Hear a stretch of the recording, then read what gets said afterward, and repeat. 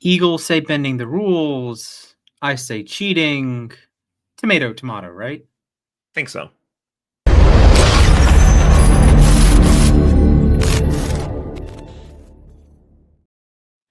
Jack, your Rams are heading to Philadelphia to face the Eagles, and all anyone can talk about is the tush push, the brotherly shove, the questionably legal play that the Philadelphia Eagles run on every third and short and every fourth and short. So, Jack, first off, how are you doing? Second off, will the tush push get banned? Do you think it should be banned? When do you think it'll be banned?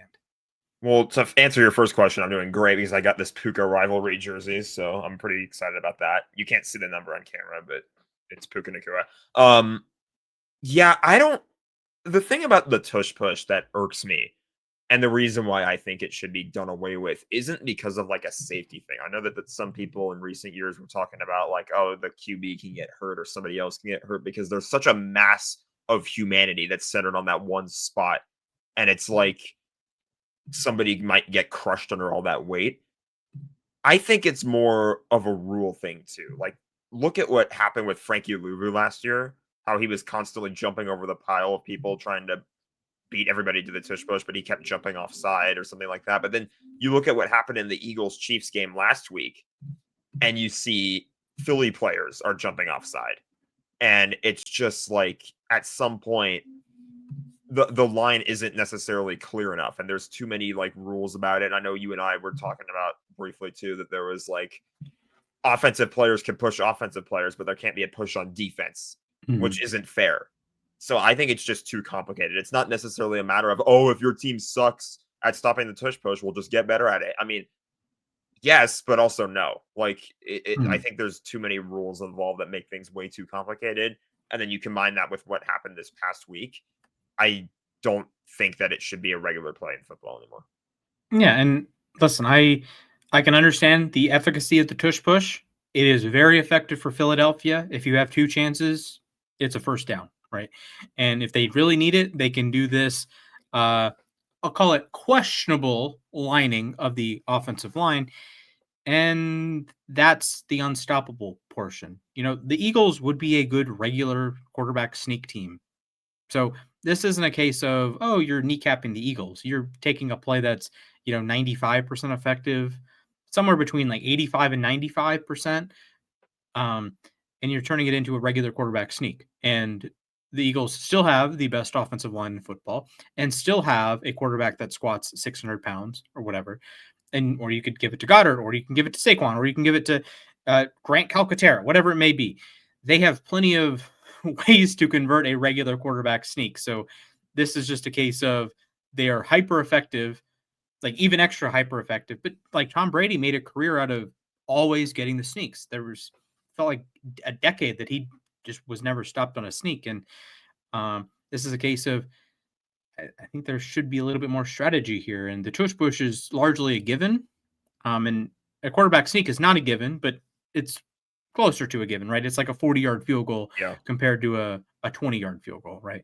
So that's I guess that's my comparison. So I do think the issue the Eagles have let the world see this season is their guards are lining up off sides. And in this overhead shot on screen, the left guard is off sides.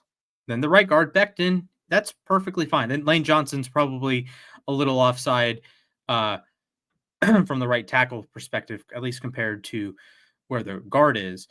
But like Jurgen's head is over the football. And So you can't see when the ball is snapped. And that leads to officials. There's this gap that like if Becton or tackle, well, Becton's on the Chargers, but if your guards, your tackles, any player is firing before the snap, like even a tick before the snap, you can't see it because you can't see when the ball is snapped. yeah, and it's like that's one of those things where it's like, how do you miss it? You have so many cameras on it. It's like you have to at least see the guy's arm moving too. So Mm-hmm. and it's like too, like look at the way they're lined up behind Jalen Hurts as well. You've got Dallas Goddard, you've got Saquon Barkley there, even Devontae Smith if you want, right there to push Jalen Hurts into the end zone. And it's like Mm-hmm. they can't do that on defense. That's a penalty if they do that Right. on defense. So it's like it's taking it's a competitive disadvantage for one team versus Mhm, another team. I feel like you need to have more rules in football where if you can do it on offense, you should be allowed to do it on defense. mhm. But I think those rules also have to make sense too. So Right. there has to be some sort of workaround, I feel like.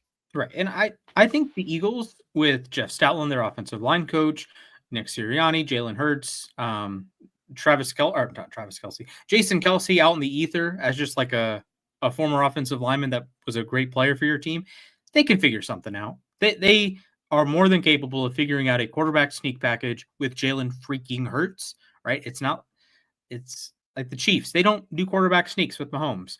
Other teams, how often do the Cardinals or the Panthers run quarterback sneaks? Like that, those are not like great plays. But when you have Jalen Hurts, one of his superpowers is his, strength and his ability to push the pile, if you will. And yes, it helps when he's getting pushed a little bit, but most of the time, I would say like 80%, 90% of the Eagles converting the tush push, they don't need the push part. It would just be a good quarterback sneak. It's the offensive line and Hurts. Um, so make a package on the quarterback sneak, like what Tom Brady did. A gap, the other A gap, maybe go to the B gap once in a while. If both A gaps are plugged, go to the other B gap, have some, trick plays or not even trick plays, but like some misdirection elements, some, maybe have a sweep once in a while to a running back or a Devontae Smith in this case, or an AJ Brown, or the Puka play that the Rams scored a touchdown on last week. You can have some extra layers to the quarterback sneak that make it more interesting, keep its effectiveness at 90%, like the tush push can be. And that's a bad argument that it's a bad play, it's a boring play. Okay. If you abide by that, then I'm offering some more fun alternatives, some different nuance to the tush push. But the Do a Saquon direct snap or something like that. exactly the the reason you'd ban it isn't because it's an ugly play, it's because it's hard to officiate. Exactly. That's why I'm not in favor of it. It's because there are too many rules, there are too many complications surrounding it too. Again, like what we saw with Frankie Louvu last year and Mhm. what we were seeing last week. It's just too it's like not clear. And if they make a call on it, there's going to be people and like they decide like, okay, we're going to officiate it differently or we're going to like do this or whatever about it. There's going to be complaints no matter what. So Mhm.